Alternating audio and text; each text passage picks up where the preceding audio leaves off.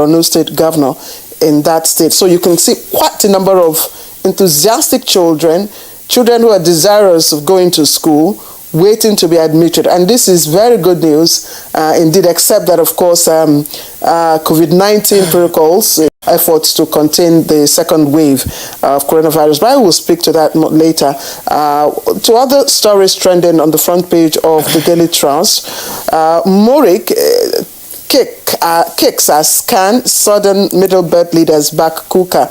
You can read up the details of that on page 4. 23 killed in Niger truck crash. That's police on page 38. Attacks won't stop us from rebuilding Northeast. That's the Northeast Development Commission, NEDC. Details of that on page 6. 1 month after, abducted Abu lecturer regains freedom. Good news, and we congratulate him for that and thank God for his life. It's on page 8. A little just below the nameplate, other stories trending. Reps deny apologizing over Buhari invitation. You can look up that on page 4. It's just a little below the nameplate. There you have it. Other stories, telecom sector named biggest headache of subscribers yet. Details of that on page 17. Now, how COVID-19 EndSARS shaped 2020 judicial year. You can also read up the details of this story on page 23. Jimmy? Now let's look up what's trending in the Punch newspaper. Just above the masthead, you see transporting containers in Lagos equals shipping cost from China. That's a report that came in, and I'm sure it's going to be a trending issue. You find that on page 11. Afrexim Bank predicts 10% rise in 2021 oil prices. That's good news for Nigerians. And the 2021 budget, you find details on page 19. National Assembly transmits 13.5 trillion budget to Buhari. That's coming from the Senate President. You find details on page 20. Just below the masthead, COVID-19 second wave. Federal government, National Assembly consider UK-US flights ban next week, with riders, lawmakers, ministry holding meetings, considering all options, says Senate Committee Chair. Fresh ban can hurt the economy. Experts and stakeholders are talking there. And Lagos goes after fake COVID-19 certificate sellers. And the picture story there you see, ex-defense minister Bali, Domkat Bali buried, Lalong Olonishakin and others pay tribute to a soldier who paid his dues to Nigeria. You find details on page 9. Sokoto plans upgrading of Shagari Education College to university. Details on page 21. Ex-rep dies from COVID-19 complications in Kano. Details on page 11. Kaduna notorious bandit killed in supremacy battle. Government claims. You find details on page 8. At the bottom plate of the Punch newspaper, 23 killed as Lagos-bound truck crashes in Niger State. You find details on page 5. Gunmen kill Katsina community vigilante leader, abduct 8 others. That's on page 9. I visited US to see my children, not for checkup. Coming from Sule. Details on page 9. Bayo. Thank you, Jumai. Let's start with the story on COVID-19. The second wave of COVID-19 now ravaging the country has been attributed to the opening up of the economy, the reopening of schools, and large religious congregations and other special gatherings. The Commissioner for Health in Lagos State, Professor Akin Abayomi, also identified general laxity and a false sense of security among Nigerians, especially to non-adherence to safety guidelines by citizens. Professor Abayami says citizens must make lifestyle adjustment by adhering to non-pharmaceutical interventions in order to live with the pandemic. He says it also a factor that has been identified is the positivity of inbound travelers coming into Lagos, which was about 8% and this week and previously was about 4%. He says a large number of Nigerians returning from abroad for Earlytide is partly responsible. He drew attention to fake COVID-19 results that is on sale and asserted that Lagos State will prosecute both buyers and sellers of COVID-19 results. Talking about COVID-19, by this morning, Nigeria Center for Disease Control reported 397 new cases in 18 states. Still, Lagos is topping it with 144, Plateau is second with 3, Kaduna is 48, Adamawa is coming up with 36. FCT, which used to be second, they reported 5 cases. We lost 10 Nigerians yesterday to COVID-19, and the total now is 84,811. So far, we have lost 1,264 Nigerians to COVID-19. Those who are currently in hospital have increased to 12,190. In Osun State, the government has banned what they describe as crossover services and other countdown activities. Security operatives have been directed to enforce it, but the chairman of the Christian Association of Osun State, Bishop Amos Ogunride, says that we are prevailing on the governor Editorial to please reverse the ban on crossover service. Residents and citizens of Osun State have been enjoined to cut down on social gatherings, weddings, naming ceremonies, and funeral ceremonies. Also in Rivers State, Governor Yusuf Wike has announced a fresh lockdown with effect from 1st of January 2021. This, he says, is to curb the excesses of COVID-19, which is apparently on the increase. Punch reports that citizens in Rivers State are appealing to Governor to block foreigners from coming into Rivers State. And they are saying that Nigerians who travel abroad bring the virus, and locking residents inside will increase the hardship on rivers. In Cross River State, there's a curfew there that's been imposed from 10 p.m. to 6 a.m. and churches are enjoined to fix their crossover services within the time permitted, while also observing lay-down procedure. Lagos has a curfew of 12 a.m. to 4 a.m. curfew. Ondo has cancelled crossover services. So that is to tell you the extent to which there's alarm about increase in COVID-19. The issue of crossover, services, which is of course 9 vigils. I think states which permit such should be able to enforce, strictly, very strictly, if they can. That is. Otherwise, I don't see why you can't do crossover night in your homes. I mean, it's basically about, worshiping and praying, all through into the new year. So you can do that within the confines of your home. After all, I believe is that God is omnipresent. Yes. He's here and everywhere. He's everywhere. And everywhere. So if the situation demands, that you obey certain civic laws, and regulations, I think we should do that. And by the way, Governor Lalong has also been telling his stories. I'm sure you know that he too tested positive. He's now tested negative. He has been telling his stories of how he survived. So it's not, it wasn't that easy. He came out after 1 week to say, okay, he has tested negative. But if you read his account, it wasn't that easy. It wasn't that easy. But he's warning and appealing to people to take these precautions, non-pharmaceutical measures, very seriously. And we have not. In Abuja, if you remember, at the outbreak of COVID-19, the enforcement was very strict. And we know we have brought the chairman of the task force here severally, that's Atta. It was quite effective. And we saw a lot of people, taking precautions. And suddenly, when the rules were relaxed, everybody relaxed, and people became complacent. So it's danger. Nigerians rested on their oars there and just, believe that this is not an African man disease. It's only a white man that will die from COVID-19. Well, COVID-19 is ravaging all over the world, and the earlier we took caution, the better. Because anytime you jettison the non-pharmaceutical initiatives, you are exposing yourself to danger and endangering others too at the same time. Yes. But Bayo, sorry, we also need to look at our messaging.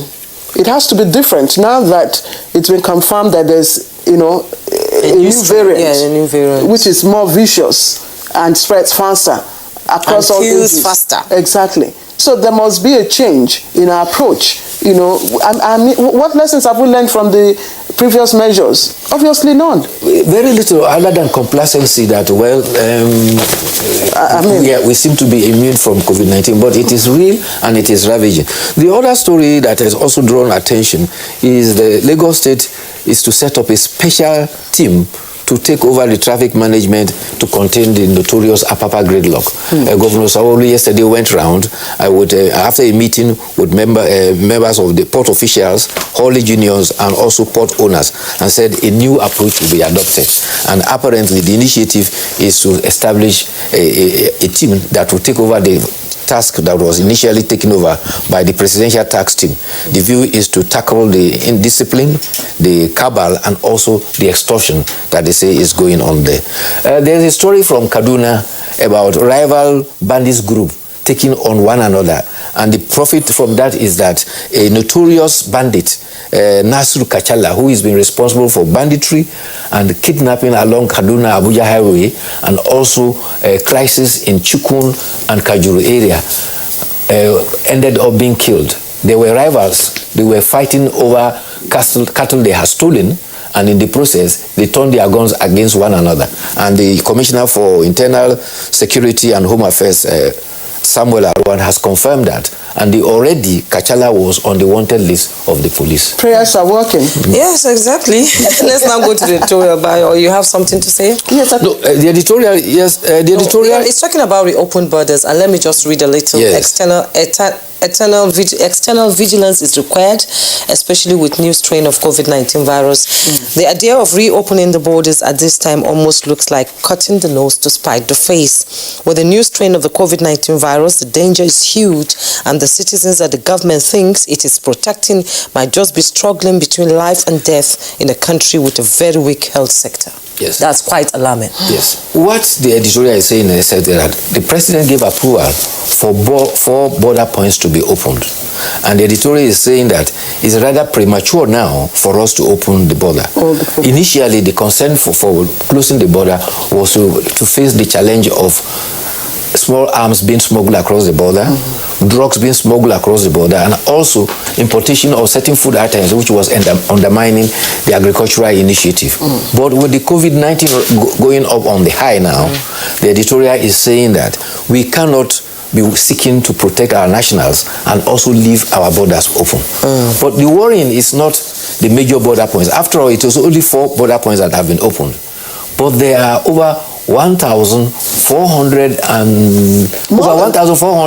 illegal border points. Much more than that. In some states, you just cross this line and you're in another, country. But you see, the activities of smugglers is seriously undermining the nation, and it is often said that the bigger the head, the bigger the headache. Yes. The large expanse of Nigeria's marshland places the challenge of large hundreds, thousands of kilometers of borderline that has to be covered. Porous. We cannot do that manually. So we are challenging and over-challenging our custom and immigration officials. The earlier we resort to technology, manning our borders, the better. I think on this program, the Minister of Finance, did say that, part of the resolutions, or part of the recommendations for the reopening of the border was that technology would be deployed to, man some of those borders. But this editorial, I think, is cautioning on, COVID-19, the impact of COVID-19. Community spread. Yes. So this calls for the opening of the border during a pandemic cannot be a solution. Exactly. Okay, on that note, Bayo, thank you so much for coming. Thank you too. Yeah, so we'll take a break now. When we return, we'll begin our review of 2020. The counsel of our fathers. I will urge and advise our younger generation to use talent and brain to sort out problems, not arms. Nigerian youths, let's build our nation together.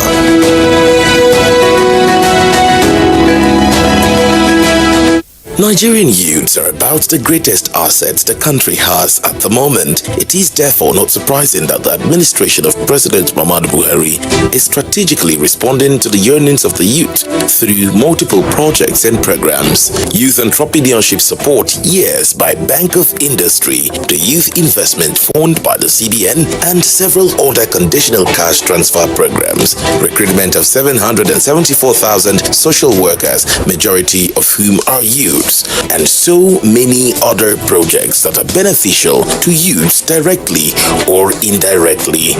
If the administration can do all this, definitely with a degree of patience and time, it can achieve more. Nigerian youths must come together to say no to terrorism, no to vandalism, and no to all disruptive tendencies. Hashtag Youth for Greater Nigeria. Pacifying the youths, unifying the nation.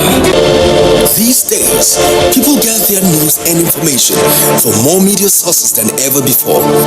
Some of the news and information given are fake, unverified, doctored, and manufactured to create confusion, stir disaffection, and cause disunity. Before you believe or share any news, ask yourself, is this real? Is it from a credible source? Is it verified or verifiable?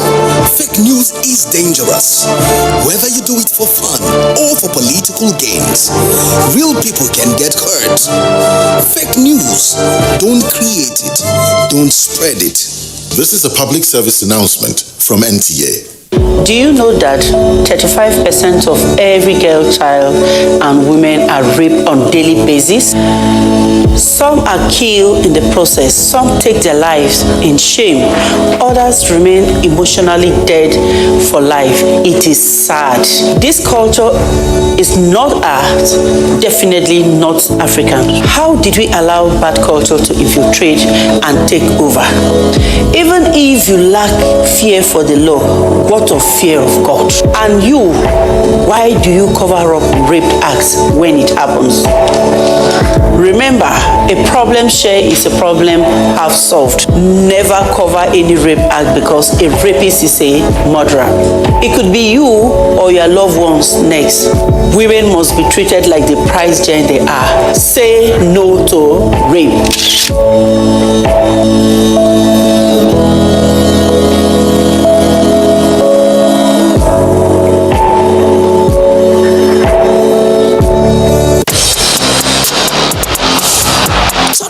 Ended 2020 in a slump, but will their fortunes change when they take on Leeds United in their first game of 2021 on Saturday? It's Tottenham versus Leeds United on the Premier League Live, showing on the NTA network from 1 p.m. The Premier League Live is brought to you by Axis Bank, Babai Jebu, Lipton, and Close Up in association with Goal.com. All right, welcome. If you've just joined in, you're watching Good Morning Nigeria. And as with us here, as is with our tradition on Good Morning Nigeria, we'll bring you highlights of some of our programs. We, of course, have featured in the course of the year, and that usually happens towards the end of the year. So today we begin, of course, such highlights, such review. And we have here with us Dr. Abdurrahman Abu Hamisu. He's a researcher, political scientist, and public affairs analyst. He'll be reviewing some of the episodes of Good Morning Nigeria today with us. Let me quickly and warmly appreciate him. Dr. Hamisu, quite a while. We will say Kwanabuko. Kwanadewa. You're welcome. Well, Thank you. COVID-19. So if not because of COVID-19, you should be back in the classroom by now. Yes. We should be back but very soon. Anyways, we're starting our highlights with security matters. Yes. And recently, some bandits abducted students of Government Science Secondary School, Kankara, in Katsina State. The incident generated concern about the safety of schools in Nigeria, especially in the regions that are epicenter of insurgency and banditry. And so on Good Morning Nigeria today, we had an edition on the issue. I'm sure most of you watched it. We titled it Securing Schools on the 16th of December 2020. And that particular episode was presented by Kingsley and Kieran. Let's take a listen.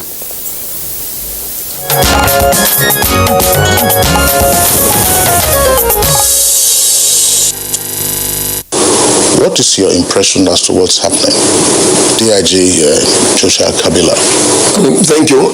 It's not a surprise to have that kind of incident that exists because Katsina, Zamfara, and Kaduna has had a lot of bandits activities in that thick forest that spread across these 3 states. And so that incident that happened wouldn't be a surprise. Rather, it's a wake-up call for Nigerians to ensure that something better is done to prevent or to nip in the bud when it is happening. I think that is exactly what we should be thinking of. When you say it is not a surprise, so the presumption therefore will be it probably was expected or that it might happen, it could happen. And if that is the presumption that we can make in this respect, why then would it be that the security agents or agencies were caught flat-footed? Yes, I am saying it is not a big surprise because activities of bandits in Kaduna, part of Kaduna, Zamfara, and Katsina have been quite a while, and there are a lot of attempts, particularly in Katsina, where the governor also have had issues of letting a lot of them coming up to surrender their arms and also pledge loyalty and also undertake the fact that they will not go back to such places, and they were instituted into the system. They were brought in and then planted into the system and accepted. And so you could see that it is true that there are a lot of bandits around there, but this one of the Kankara abducting these students is quite a new kind of activities by these bandits, and we just have to ensure that there are solutions to it, and a lot of ways we can checkmate that kind of incident. It's quite sad that we have very poor security awareness, security knowledge in this part of the world. And well, let's just go back for a second and look at the scenario you painted. In Chibok, they came with trucks. Some of the trucks broke down. Some of the girls escaped. In Dapchi, none of the girls escaped. All the girls were secured and taken and then returned later, except Leah Sharibu, who is still in captivity. And now in this one, this is a classic. This is an unprecedented terrorist attack. First of all, the world has never seen anything like this in terms of numbers of victims seized, in terms of numbers of abductees. So this is unprecedented. So Nigeria has just entered the infamous World Book of Guinness Record in the wrong direction. Now, secondly, the herding, the movement, the transportation, because it's a logistical issue here. How do you move 300 persons out from a school and on motorbikes? How many motorbikes do you need? How many attackers were there in the first place? So I think I can tell you, like you said, let's try to create a scenario of what happened. Well, what happened here was that it was a well-planned attack. Well, a lot of students are missing, probably in that number, in that magnitude, and they were herded.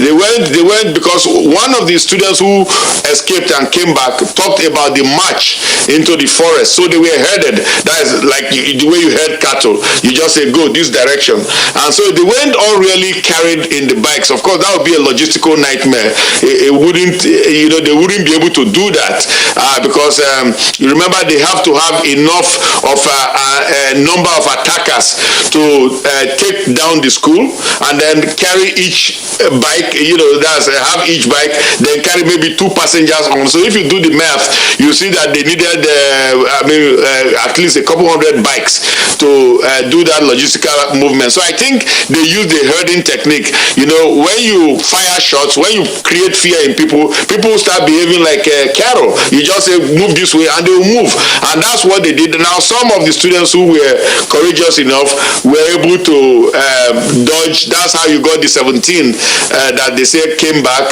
or whatever numbers, but at least there was a student who was interviewed, which I saw specific, because I love case studies for this reason. You can know the stories, you can know what exactly transpired, and you can now read into it whatever scenarios based on your knowledge and experience and what have you. So I think, sir, that we are getting to a level where we've seen that happen in a lot of those states around the Rugu Forest, Zamfara, Katsina, Niger, Kaduna. We've seen these mass abductions, and this is just taking mass abductions to a new level.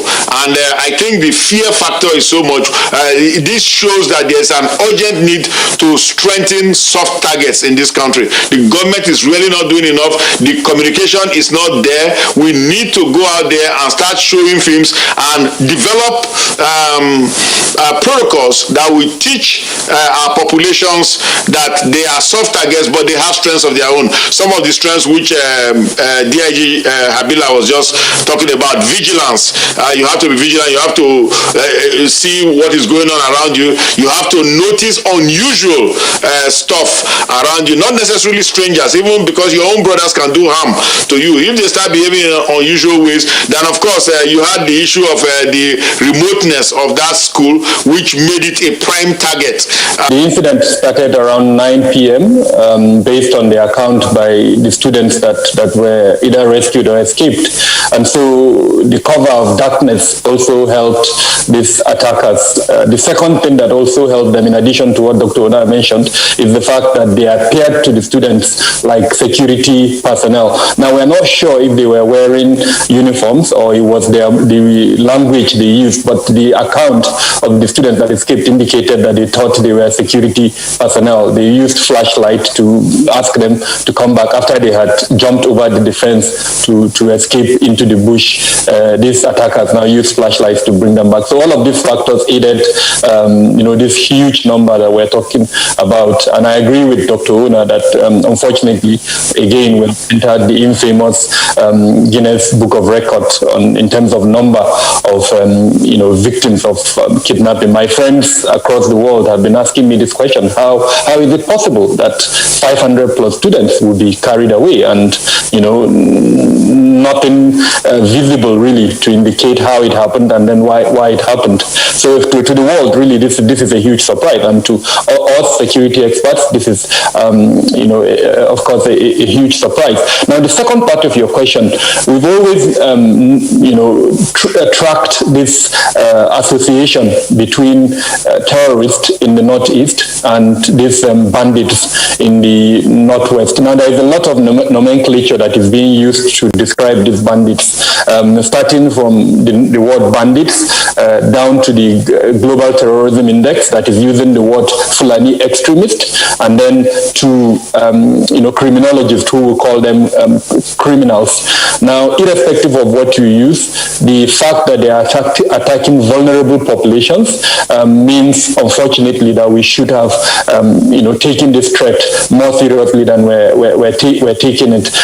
It's also very important to note the statement by the Minister of Defense when he recommended that these criminals, bandits, or whatever you want to call them, be categorized as terrorists. So clearly there is that association between the terrorist groups in the northeast and the northwest. And then not too long ago, precisely around July or August, the Ministry of Defense released a statement sort of warning that records show that these bandits, whatever we want to call them, have now weapons that they they categorize as terrorist weapons, including, rocket propelled grenades, AK-49s, AK-47s, and name them. In fact, in that statement, the Ministry of Defense indicated that they now have the capability to shoot down helicopters. So clearly, we're dealing with non-state actors that are metamorphosizing into a bigger threat. Now, add this to the common factor, and I want to emphasize this point. Dr. Ona has mentioned it, the ungoverned spaces that exist in the north. In this instance, we're talking of the Rugu forest. That forest is cuts across at least 8 local governments in Katsina. So it is unfathomable that knowing that you are dealing with that types of threats across 8 local governments, and yet you left this soft target with, unfortunately, forgive my use of the word, sitting ducks that came and have been taken away by these bad guys. So our threat assessment, our vulnerability assessment, and our risk profiling, unfortunately, has not done us very well in this regard. And like I said earlier on, we do have the Safe School Declaration. This is the time to now start to implement that Safe School Declaration and ensure that all schools are protected. We're not reinventing the wheel. It was done in Pakistan, and in fact, in the US, it was done. The US has this peculiar case of active shooter situations where gunmen, sometimes even students come into the schools to kill. So what they did, they also introduced the same Safe School initiative to do 3 things basically, and just to conceptualize what AIG has mentioned. One of the conceptualization is to protect the school community. The second one is to protect the community where the school itself exists. And then the third one is to protect vulnerable groups, specific vulnerable groups within the school community. So this is not, we're not reinventing the wheel. It's just for us to start this process as early as possible.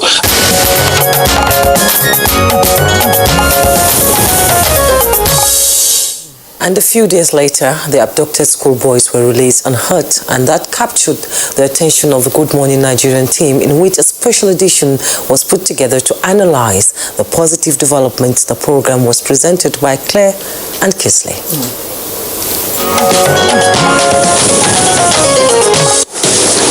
The abduction of the students from the secondary school in Kankara, it's just like what happened in Dapchi. It's a situation that the government finds unacceptable, and will continue to work to ensure that not only all our students are safe, but that the whole country is safe.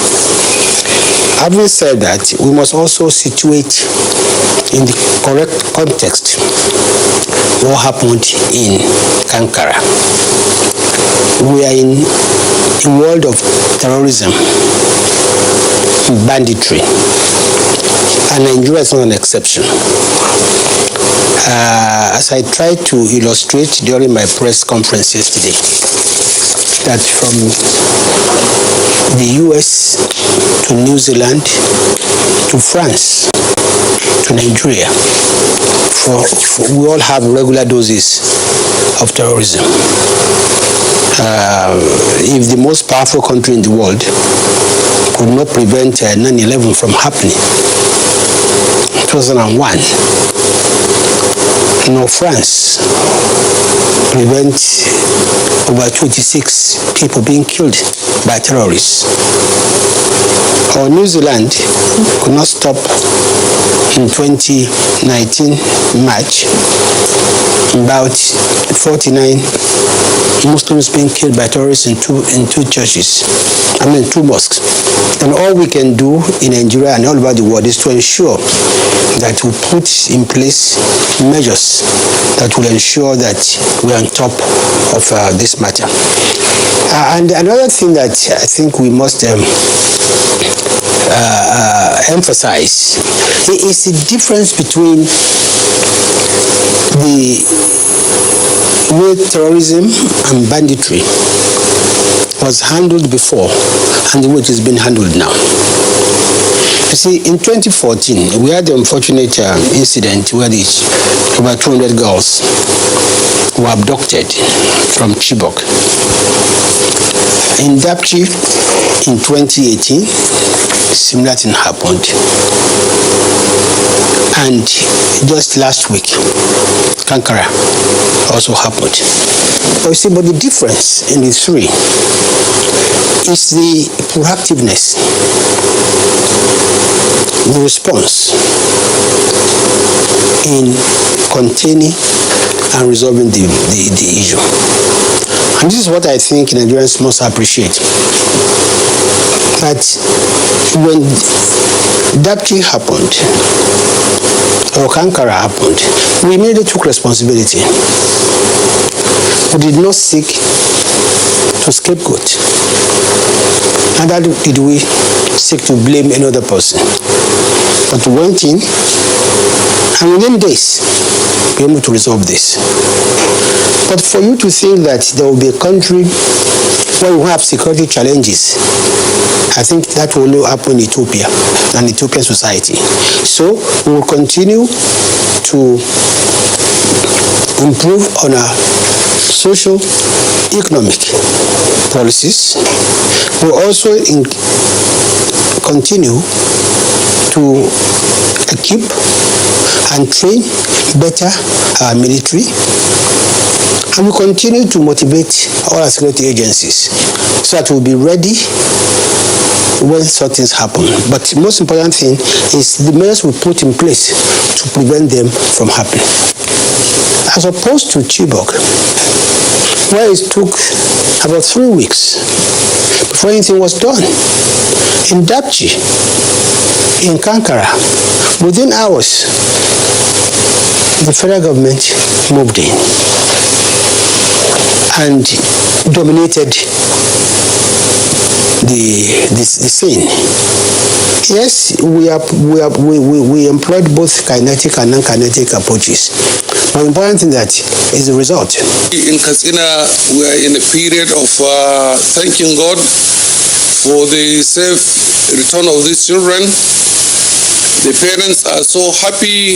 His Excellency, our governor, is so happy, and we are reuniting them with their families. So Katsina is in a joyful mood, very grateful to God and to Mr. President and to the security forces for what they have done, which my governor has explained to the nation yesterday. It's actually a delegate. Any rescue operation is actually a delicate operation in the sense that if you are not very professional, the tide could turn negatively. This is an operation where you don't rely on your capacity on platforms alone, on the mechanical weapons, but it goes down to the level of your ability to effectively carry out this mission with what we call UAC, unarmed combat, which is most times the effective weapon, the effective effort in this particular case. And what do I mean by that? Having to silence your enemy and then taking your objective away without firing a shot. So it's very delicate, because in the course of trying to do that, the enemy in this time, in this case, the abductors, will now respond if you don't manage it well, if you don't handle it well, using the weapon against you. And in the course of that, the children who are in between the two parties now become the victim.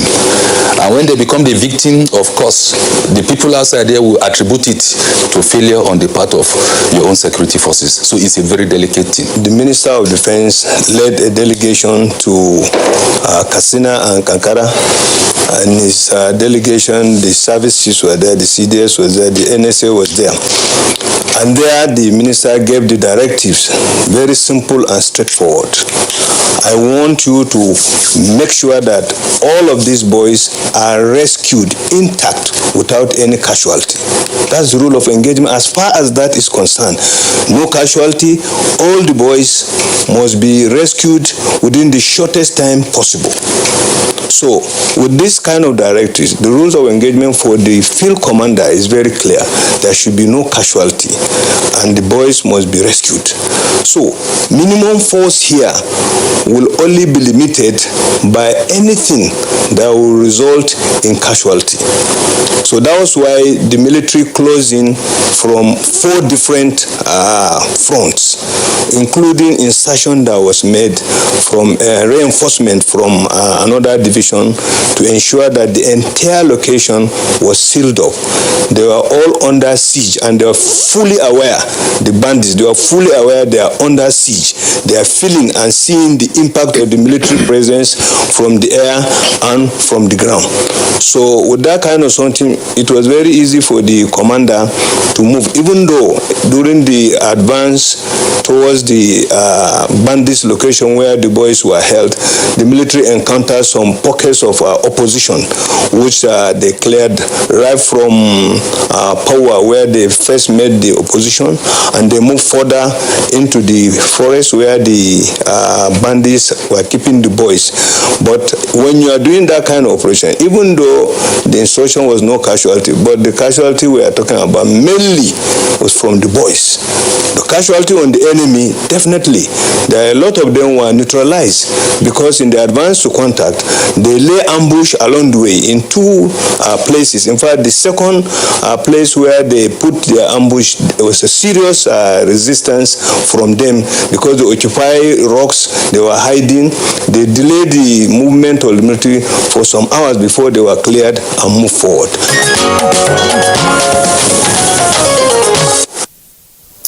All right. In fact, Jume, I remember that conversation. It was quite emotional for me,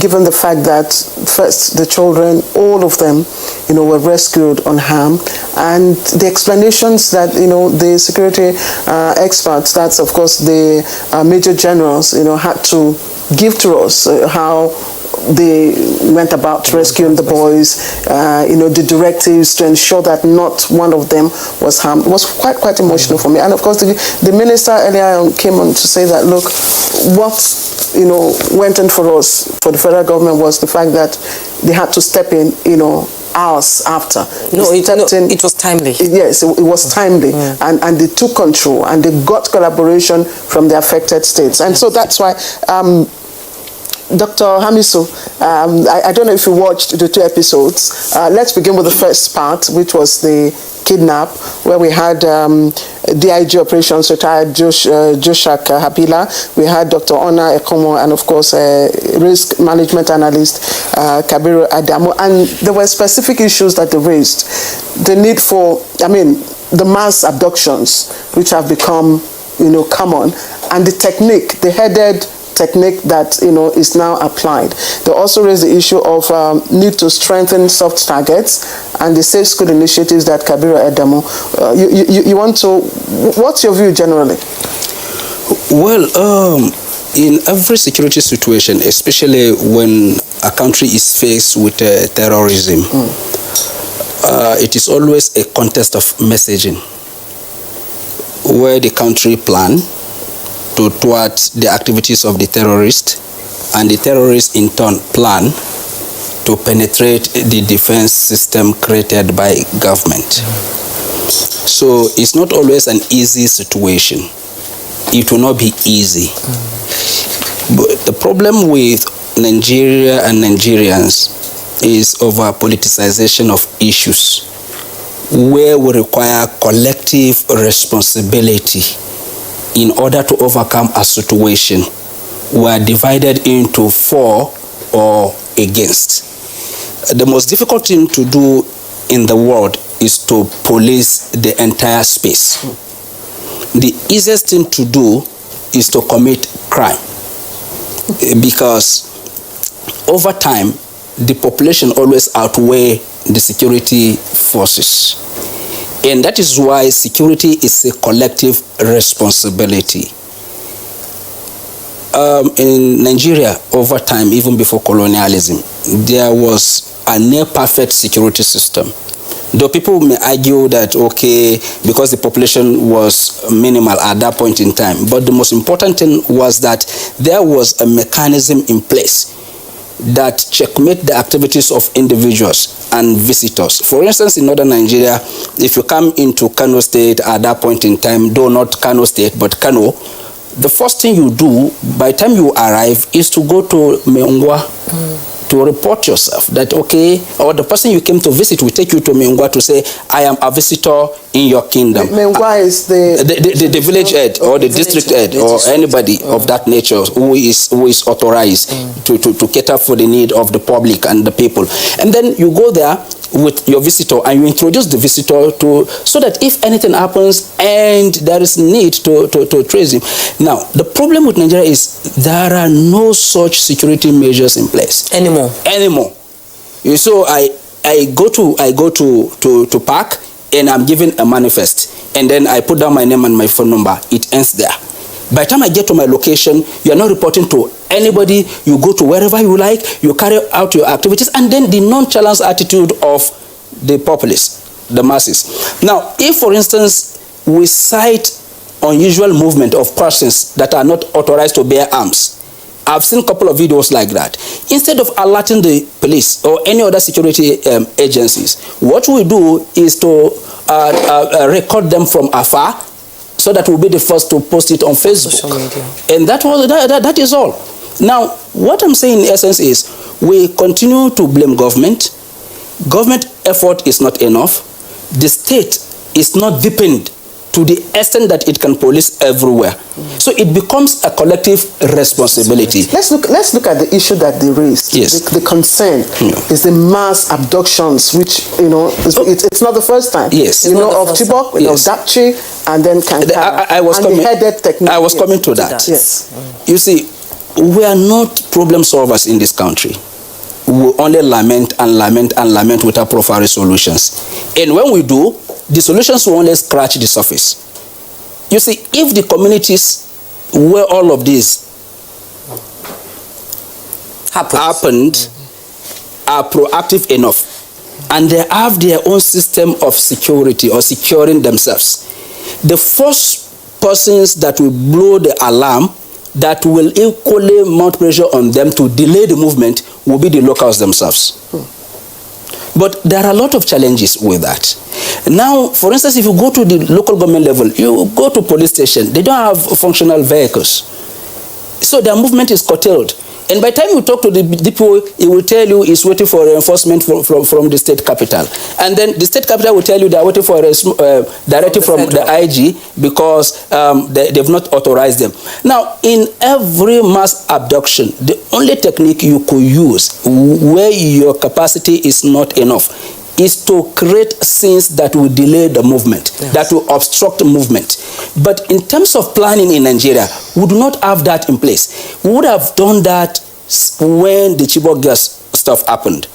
Assuming it was a mistake or we didn't plan for it, we didn't expect it, now the Dapchi girls issue came up. Now, to us, it will not happen again. So they've been rescued and then we go back to sleep. One is still... Yeah, Leah Sharabu is still there.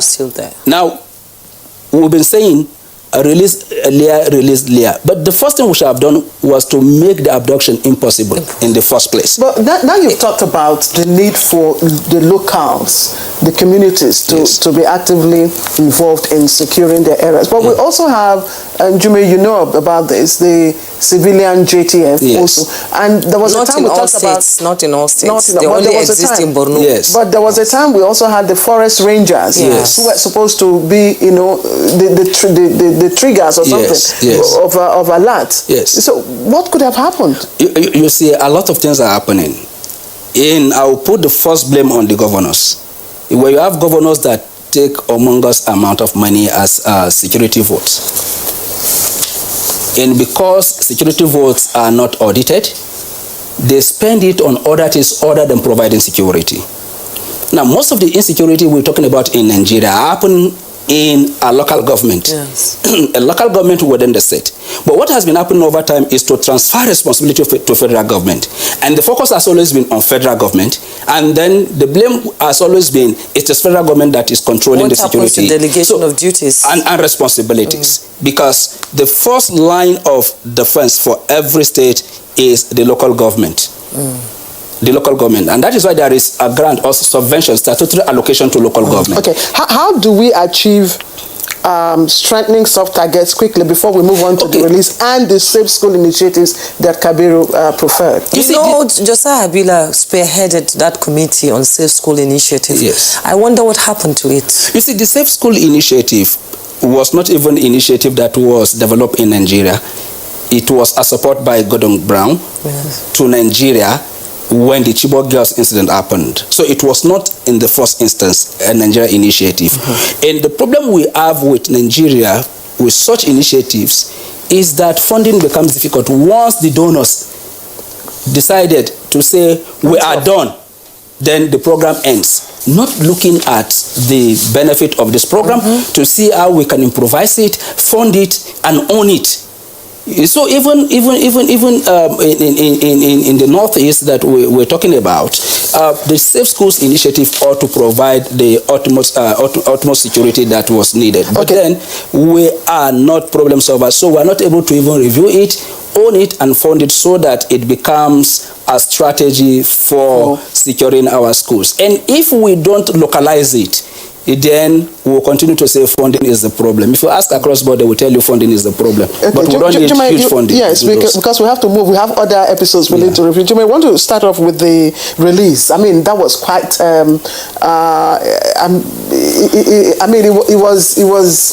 it brought joy to so many people. The president was elated, that it was a classic rescue. The minister did say, look, government, moved in, immediately and took control, and then the kinetic and non-kinetic tactics. For you, what was the high point of that rescue? Well, briefly. For me, the high point is the professionalism involved in the release. Though, as I said earlier on, it has been politicized. There are people that were saying ransom was paid. The security agencies were saying, no, it is not ransom, it is our effort. Lots of drama surrounding the release, it is our effort. And some other person said, well, we shouldn't have allowed it to happen. The most important thing is it happened and we overcame that situation. And those boys were released. So for me, it is the professionalism of the military in that conduct that is really impressive and is impressive to me. And the communities. Yeah, and the communities, because the collaboration, the information, because the military are not magic workers and the security agencies that went into that operation, it means that they got their intelligence right and then they move in with the intelligence they have, they plan according to that, and they deliver. So Major General Nature did say, he did commend the collaboration and of course support of the states and state governors. So let's also move on. Yes, we're now talking about the EndSARS movement, way forward. One issue that dominated public discourse during the outgoing year is the EndSARS protests. Claire?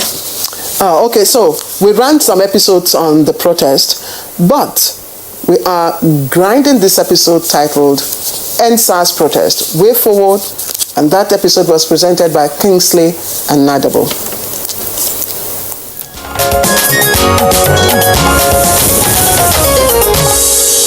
What started as a simple, if you like, single demand has EndSARS. It's now blossoming into dimensions that are difficult to immediately grasp. What's your reading of what's playing out now, 2 weeks or so into the protests by youths in different parts of the country?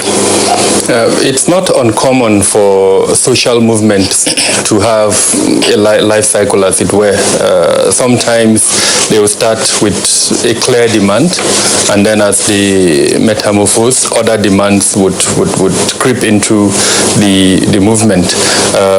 Historically, I mean, the most recent example I'll give is the Michael Floyd protest in George Floyd, in the US that metamorphosed into the Black Lives Matters movement. From the US, it went as far as almost all the continents across the world. So that's not uncommon. Then you have also instances where social movements, protests come out with just one demand, and then the demand is met, and you know, they demobilize, as it were. The best example I can give is the situation in Egypt in 2011, when they came out and demanded for a change in government, and then that happened, and they went back home. So it's a mix of things. In the case of the EndSARS movement, the mobilization started on social media, of course, with the hash EndSARS, tag. Of course, over time, they would come out, make demands, and then this most recent one seemed to have generated a bit longer than the previous one, and there could be reasons for that. One of them is that the obvious demand has been EndSARS, but then ingrained in that obvious demand, there seem to be several other demands. Some of the narrative out there is that it's a political demand, that perhaps others have hidden under the obvious demand, which is the EndSARS movement, and that there is, in the ultimate, a political demand, which could come one of two things: regime change, or, like some have said, the cry for restructuring. That ultimately that is what the movement will metamorphose.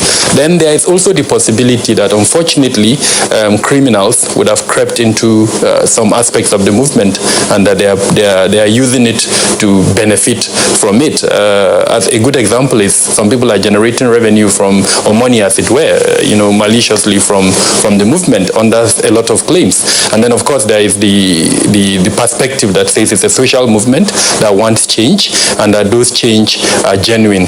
Those who are behind that theory suggest that there are between 40 and 70 million Nigerian youths that are either unemployed, underemployed, or that are disenchanted for one reason or the other. And so they have rallied around this hash EndSARS tag, and they are venting their frustration and anger. I think most Nigerians identify with the protest in such a way that, yes, there's been police brutality in this country. There has been so many issues associated with the police. But are all the policemen bad? No. Are policemen necessary? Yes. Should the government do something better? Yes. So in such kind of thing, we as Nigerians, most of us agree with what is happening, but what most Nigerians don't agree is the fact that roads will be blocked. No matter how much, these kids have the right to protest, and we identify with them. But the way they have the right to protest, other Nigerians have also right of free passage. You cannot block the road in the name of demonstration. We understand, and the government has yielded to the demands. So I think it is also only fair that they chill, they wait a little and see whether the government could, actualize these things. And then look, you find out that some of the kids, even their mode of dressing, it's not part of our culture in this country as Muslims and Christians. Some of the things they show, in the protest, those things are not, are not good for us as a people. So I think it is also good for us as a country to rally around all of us. Who is government? All of us are government. Whether the government is making mistakes, yes, there are mistakes, and they are, and the government for the first time has admitted that yes, there are issues, and we have to be civil. Being civil, the government came out to say that they will set up panels, and as long as we are going to be civil, there must be, the people must give time to the government and probably hold the government accountable after some time. If the government does not seem to be serious, then we can all come out. Everybody can come out. But in such a time when you block road, you put one demand, it's met, you put another, and for, just like what Dr. Kabir said, yes, we that are politicians think that there are political undertones. And look, we are operating politics, constitutional democracy. There are ways to change government. If you're not happy with this government, wait when when the time comes to remove it, come and put another one. That the new SWAT that has been established is to be manned or to be dominated by people of good integrity and record within the police. But we cannot say EndSARS, EndSWAT. There is nowhere anywhere in the world that police does not have some of these tactical units, except we want to joke with our security, not only at the national level, even within the international fora. So the tactical approach, whereby the police believes that there must be a unit to check certain SSTs, is a welcome development, and the youth should show high level of understanding in ensuring that this country actually belongs to everybody, and nobody wants Nigeria to be a doomed country. Yes, and I think we should also kind of now persuade the youth that look, it is dishonorable of you to set goals and then start moving the goals. You can't move the goalposts in the middle of a game. You've already given us 5 for 5. Let us deal with those 5 for 5. This is a system. This is a social system. It's not only about you. In fact, like the Honorable said just now, in some parts of the country, people are even hailing SARS and saying they love SARS. I think particularly in the Northeast where we have that conflict ongoing. So having said that, I just want to say, look, let us be strategic, and let us be creative. Let us not use intuitive mechanisms. That's my problem. Let's not do it the way we used to do it in those old days. It's not going to work. Let us be very strategic. Let us be very creative. Let us use structured analytical thinking. Let us do some good intelligence analysis and then go forward to solve this problem. There are solutions, and I agree with Mr. Kabir. We cannot discuss everything on air. There are solutions, and there are ways to solve, even to cure the problems of leaderless organizations.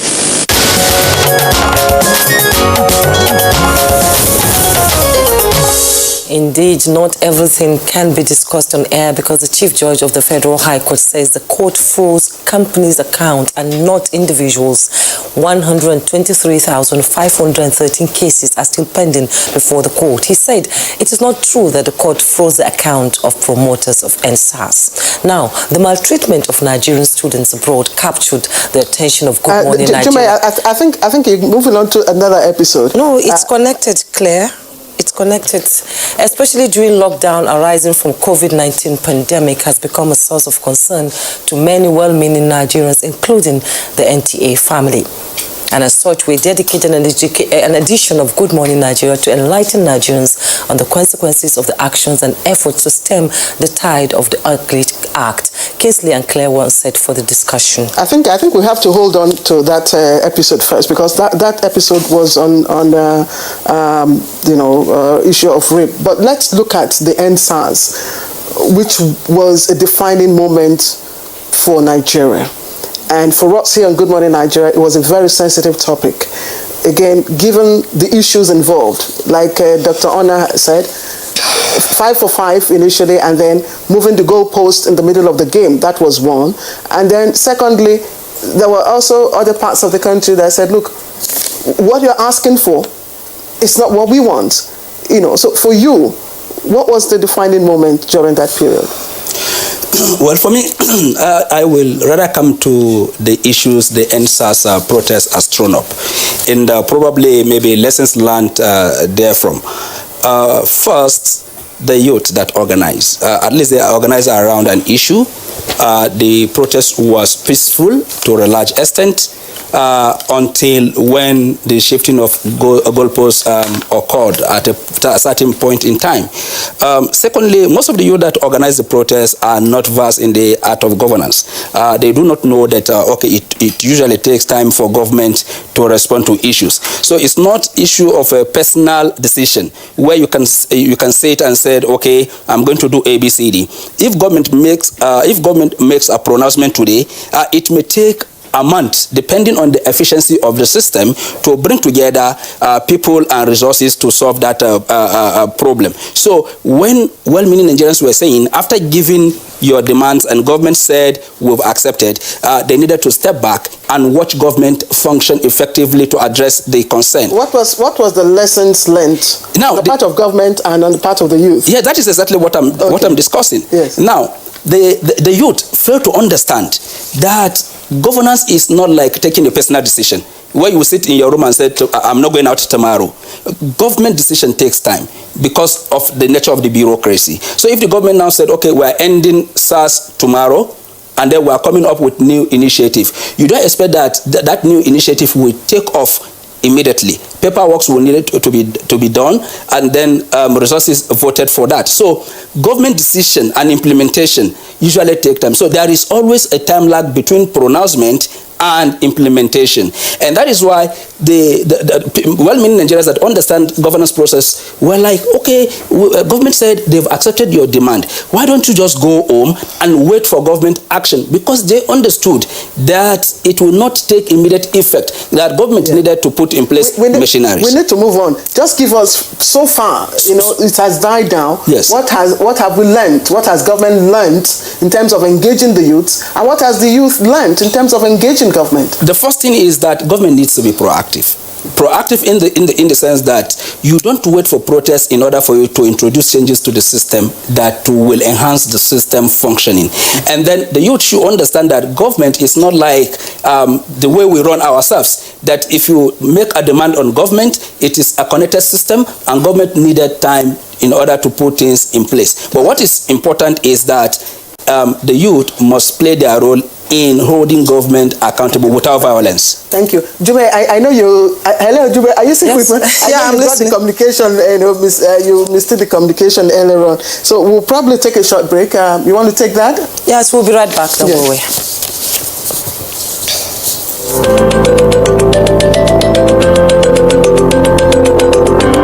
My name is Nando Jamda Muhammad. Stevita Hussein Musa. Roduna Joel Chinji. Said Musa John. I'm a carpenter. I've been doing this for more than 8 years now. And I said plantain. Nakai Chimami Shekara Uku. I've been selling my tomatoes for about 10 years now, and I do it for a better Nigeria. And I do it for a better Nigeria. Ina wannan sana'ar lemu ne domin Nigeria ta ci gaba. Ina sa domin Nigeria ta kyau. And you can see how we're doing our small little work to make Nigeria great. As you can see, I'm a technician and I'm doing it to help myself and to help my generation. Ina zaune ne a Plateau na business. Kuma ina yin wannan domin ci gaban ƙasar nan. Una don hear say them they rape about 35% of them girl pikin, and even them women sef. Some of them, they even die in the process. Emotional trauma, uncle, it they make some of them be like say they no did this one again, they don't go, but they still they live like ghosts. Some of them, shame don't kuku make them go kill themselves. It no good though. This no be our culture. It no fit be the African way. Why we can't allow this kind of yet enjoy body with us something loud well. If you know they fear law where man put, you know they fear Baba God there. You self, you where they cover mouth so you see mini wana they happen. You know why here when the Oyibo talk say problem where they bring come out, they solve and sharply. Remember, person wey feel rape, if it's a key person, if it be you, if it be your pikin, if it be person them where you love well. So make we learn they carry women then like diamond where we be. No grief for rape.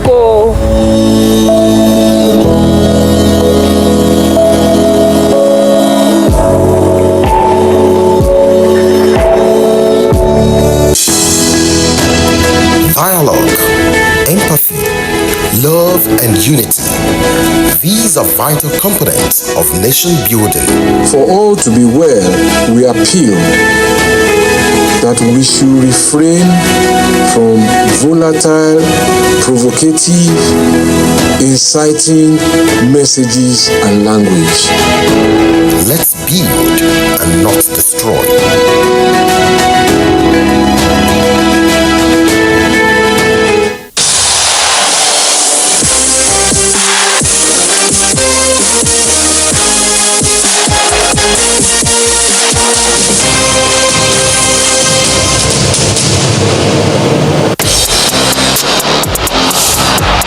Hotspur ended 2020 in a slump, but will their fortunes change when they take on Leeds United in their first game of 2021 on Saturday?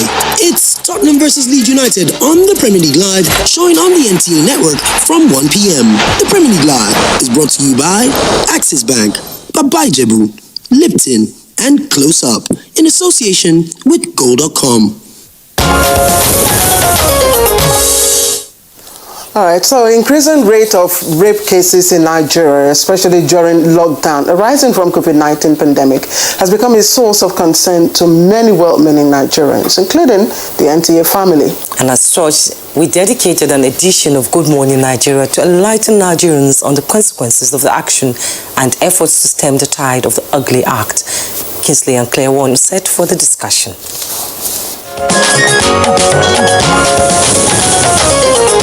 She has taken the courage to tell her story.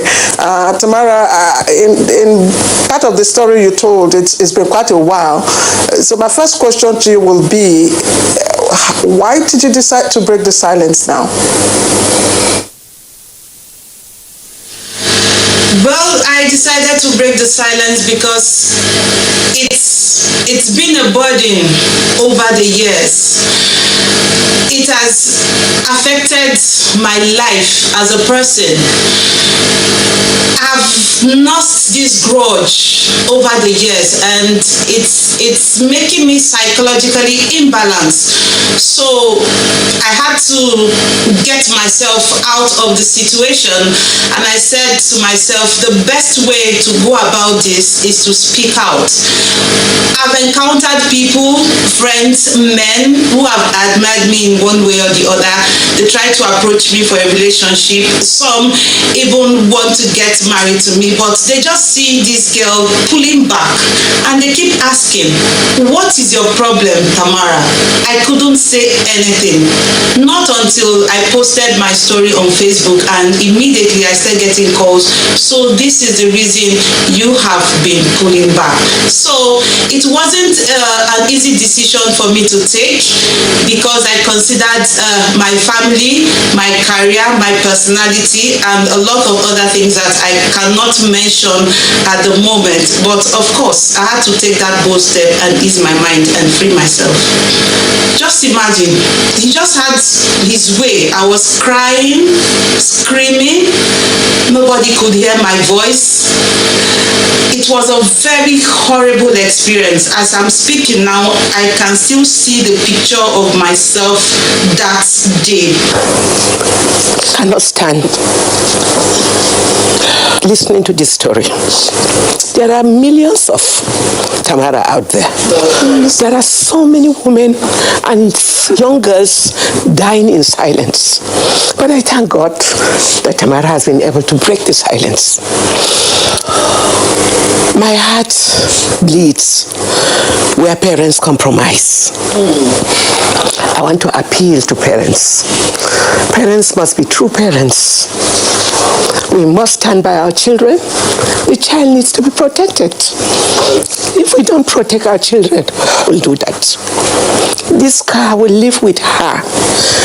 I thank God her mother was able to pull her from a girls' school to a mixed school where she could at least mix and get out of it. But it's a difficult scar that can hardly be erased. This is not a problem that affects only the Ministry of Women Affairs. It's a societal problem. It's a security problem. All hands must be on deck. I appeal to the consciousness of all Nigerians. I appeal to everyone to please join hands with us. We are in the battlefield. It's a war that if we join hands together, particularly the police, all well-meaning Nigerians, if we join hands together, we can win this war.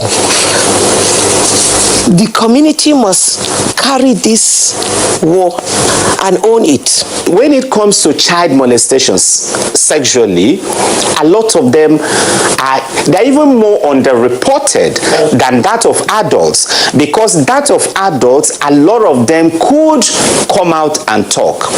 But when it comes to child molestation, a lot of the processes that led to the sexual molestation of those children are not even forceful. Some of them, they employ they seduce them, they do enticement, they do entrapment, they do all kind of things. It is actually few of them. The real people that do child molestation, because there are two categories of persons that usually sexually molest children. There are those that we call situational child molesters. These situational child molesters are those that by nature they don't have any special preference for children, but opportunity, situational stress and any kind of thing can make them to sexually molest the children. I stand with Tamara. You see, I am also Tamara. For every girl that the state has failed, for every child that is carrying a burden, today I am Tamara. You know, I am that little girl that the state has failed to protect. I'm that little girl that the family has failed to protect. Today, I am Tamara. And my healing also starts today. You see,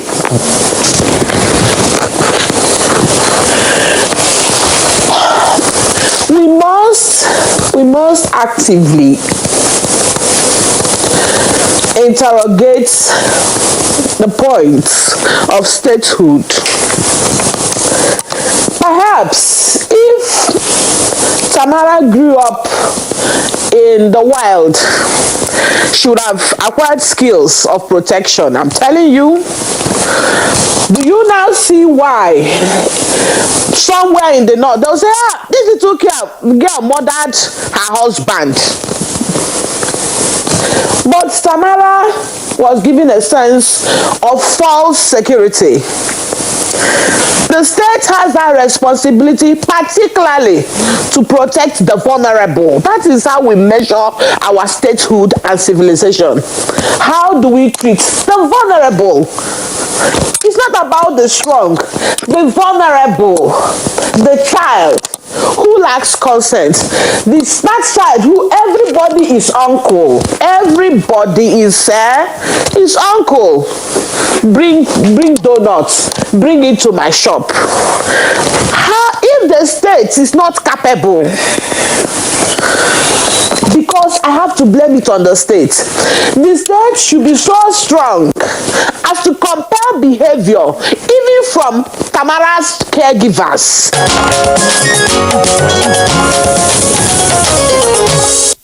You know, Claire, after this interview, when I watched, I cried at home and I was still crying. You know, it's always Tamara's story. It's always emotional story. Tamara, when you see her, the smile on her face tells a different story. Yes. Because she's always smiling and, you know, trying to crack jokes, and nobody would ever know she has gone through such a traumatic experience. And by the way, Tamara is a female sports presenter here, a very strong-willed personality. Her story is always so renting.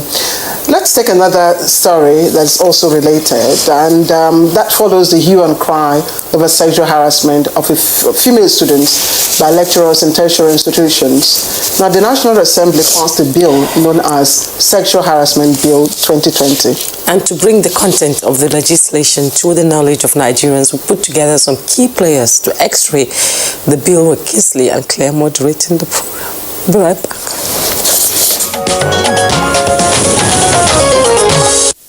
We had, as I said, an extensive study of the situation, where we even saw that the National Universities Commission at a point issued a report where it said conclusively that sexual harassment of students is one of the most serious infractions in tertiary institutions. And we also saw that there was a report issued by ASU at a point in time where it said that that report made clear that there were no solutions to the problem. There were no solutions. There were no solutions as at that time. That what they only do, using the exact words, that they are only using moral suasion to get their members to do what is right. You see, where there is a problem that has assumed that pandemic size in society, you don't want to leave it to moral suasion. The legislator must look at the laws in place and see what you can do. So he said, look, let us do this bill. And we did it, and it received wide acceptance, expectedly, because as I said in my opening remark at the beginning, if this is a problem that is in almost every home, or where that is felt in every home in the country, then naturally we thought that it should be well received, and that is what has happened. So that primarily is a justification that there is a problem. The problem has been identified by various stakeholders. There is consensus, near consensus, that it should be dealt with. Why has this been so that we haven't found internal solutions from within the academia?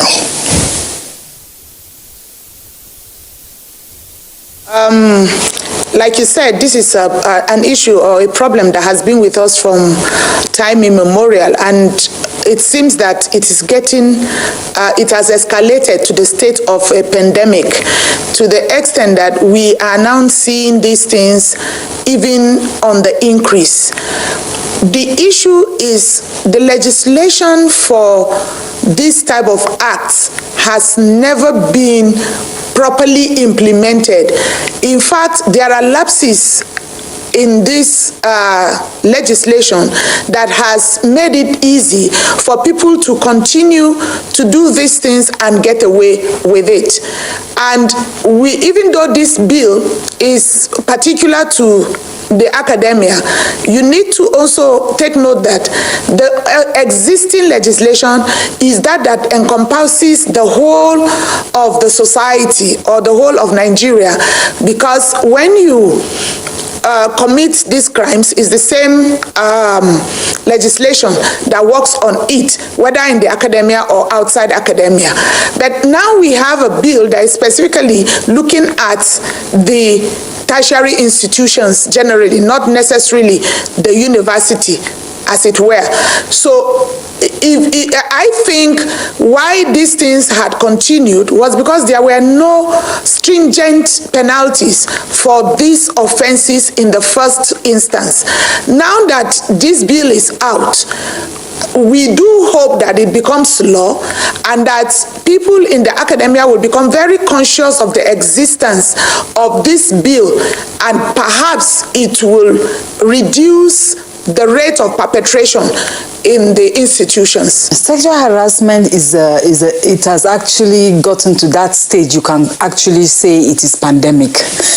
And I must tell you that sexual harassment is practically in every facet of our lives, not just in tertiary institution, but of course that of the tertiary institution has taken a front stage, particularly after the documentary that was done by BBC, where a live instance happened in Unilag and also in Ghana.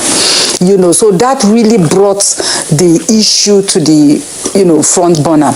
But I can assure you that even, in fact, it is even worse in the workplace, in places where people work and all that. And that was why when the Senate did the public hearing in respect of the sexual harassment, a group of civil society had submitted a memoranda to say, can we broaden the scope, and not just in the tertiary institution, in workplace, it is happening even in the secondary schools, and also you won't believe it, even in primary schools. These things are happening. But do you see a vacuum or a gap in existing legislation that this one is Yes, there is. In fact, this is the first time sexual harassment is brought out and criminalized. And I recall while I was country director of IPAS, I left IPAS last year, November, there was a study done about countries that have sexual harassment laws. Nigeria was one of them that didn't have. You know, we didn't have sexual harassment as a crime. But there are, the penal code and the criminal code has provisions for domestic violence, assault, and what have you. But sexual harassment as a crime, there was none. So this bill is actually coming in to fill a gap that is there. The issue under discussion here is about the desirability or otherwise of that legislation. Of course, I need to make some initial clarifications. ASU as a union does not support sexual harassment under any guise. ASU has consistently worked with university authorities to see how we could prevent and control cases of sexual harassment on our campuses. ASU as a union has on every campus a committee, we call ethics committee, that addresses issues of relationship with our students, unethical practices among our members. And at every point, the union does not hesitate to escalate whatever findings will come about our members who are having unethical behaviors. So, in summary, ASU will work for and support a move that is fair and just in addressing this problem. But where ASU has problem is the nature of this legislation. I want to thank Awa in the house there, in your studio, who has actually brought out the key issue that came up during public hearing that we had on this piece of legislation earlier in the year. We had engaged government or the National Assembly on the discriminatory nature of this legislation.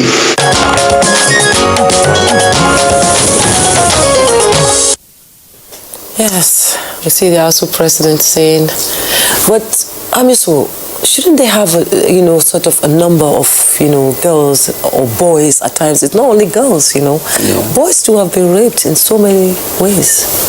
Yeah, I think one of the fundamental problems that is really militating against the fight against either rape or sexual harassment has to do with the level of support the society is willing to give and the stigmatization that goes with that.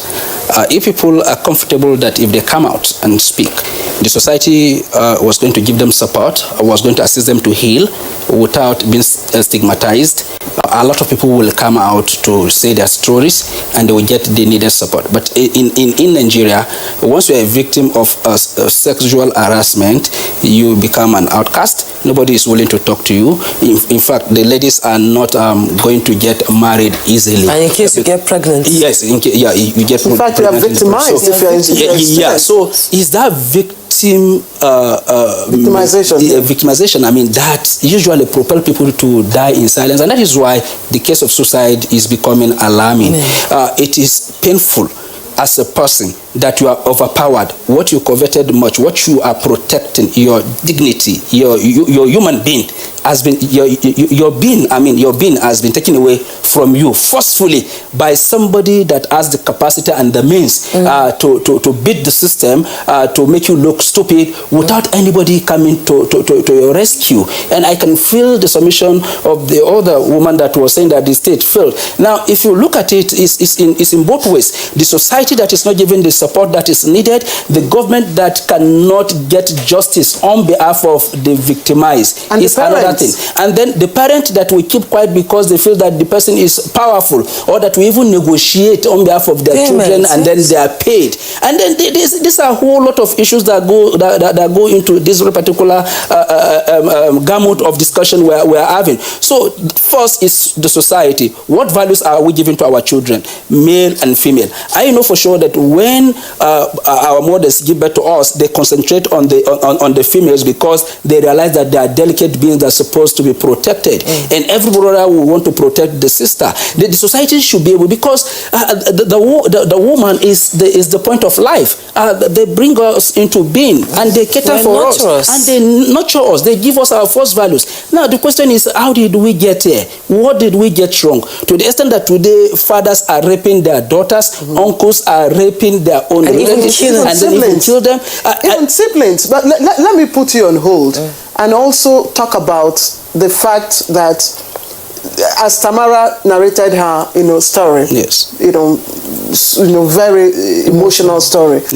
Other people have come up also to narrate their own stories. And we've seen a number of actions. In fact, this is the first time I'm seeing a concerted, coordinated effort by women themselves, to take the bull by the horn. A number of states have come out to even open a register, naming and shaming. Ekiti State had done that. I know Borno State is doing that. And the Niger State is doing that. Kwara State is doing that. Most of the states have domesticated the laws, against rape issues. But so far, what do you think in terms of actions? Are we making reasonable impact? Especially with sexual harassment in the tertiary school. You are a member of ASU, for instance. Well, I'm not putting you on. No.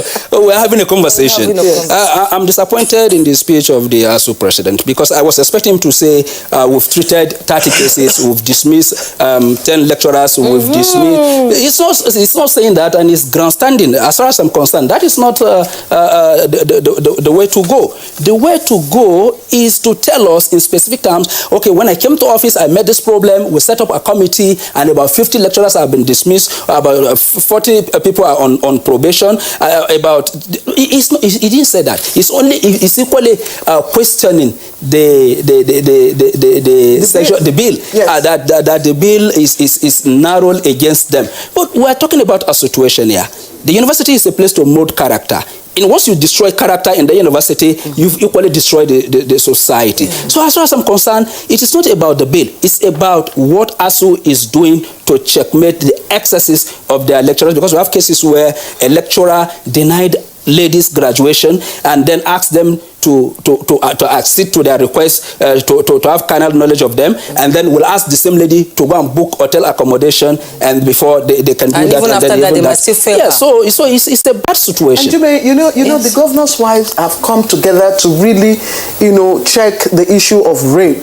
I'm sure you're aware of it. Yes. I'm sure you're aware of it as well. Now the problem with that is once government is not involved, then you can't get a lot done. All you could do is to name and shame, and then people walk away. And by the time that is happening, it gives others like them the mindset that they can do it and nothing will happen. And that is where impunity comes in. It is the responsibility of the state to stamp out impunity so that people will know that once you are involved, you get punished. Okay, Dr. Amisu, let's quickly go to our tweets. Festus Akimboyewa tweets, NTA GMN continues to shine a light on what's happening in our country and how to make our country better via daily interactive discussions of Nigeria's current affairs. Kudos to the entire team.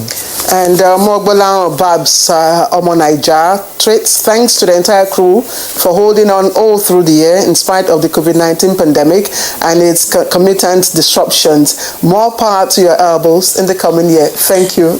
And Mike Anyako tweets, NTA GMN is still the best, but there's some room for improvement. More time should be given to newspaper review. Please, it should be one topic by day. Two per day is not good. Bravo. All right, I'm sure our producers are listening. And Oladimeji Suleiman, Babagana, Leo Fadeka, Sheikh Joe Piro, and Alhaji Musa Mohammed Adejia. All of you have tweeted, and thank you for your kind words for GMN crew. And then we promise, we keep our fingers crossed. So Roger Federer said to miss Australian Open for the first time in 21 years, and Barcelona skipper Lionel Messi hints at a possible move to the United States when his contract with the Catalan Giants expires next summer. Let's join our sport desk for more details.